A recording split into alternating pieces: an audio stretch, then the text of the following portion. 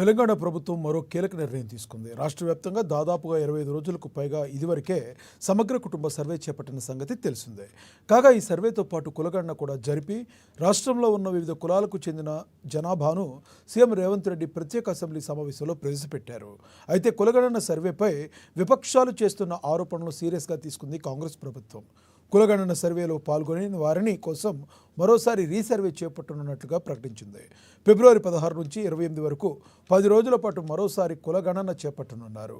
రాష్ట్ర జనాభాలో 3.1% మంది సర్వేలో పాల్గొనలేదని, వీరిని కూడా రాష్ట్ర జనాభా లెక్కల్లోకి తీసుకురావడం కోసం ఈ నిర్ణయం తీసుకున్నట్టు డిప్యూటీ సీఎం భట్టి విక్రమార్క వెల్లడించారు.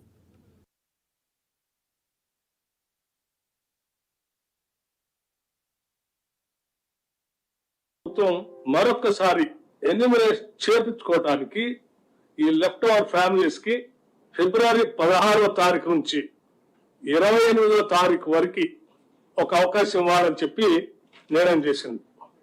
ఇలా లెఫ్ట్ ఓవర్ మిగిలిపోయినటువంటి వాళ్ళు టోల్ ఫ్రీ నంబర్ కూడా రాష్ట్ర ప్రభుత్వం నుంచి అనౌన్స్ చేస్తా ఉన్నాం. మండల వారిగా, డివిజన్ వారిగా గతంలో ఏ రకంగా అయితే ఎన్యూమరేషన్ చేశామో ఆ మండలాల్లో ఆ మండల్ డెవలప్మెంట్ అధికారి దగ్గర ప్రజాపాలన సందర్భంగా ఏర్పాటు చేసిన వ్యవస్థలో అక్కడ తిరిగి ఆ మిగిలిపోయినటువంటి వాళ్ళు ఎవరైనా వస్తే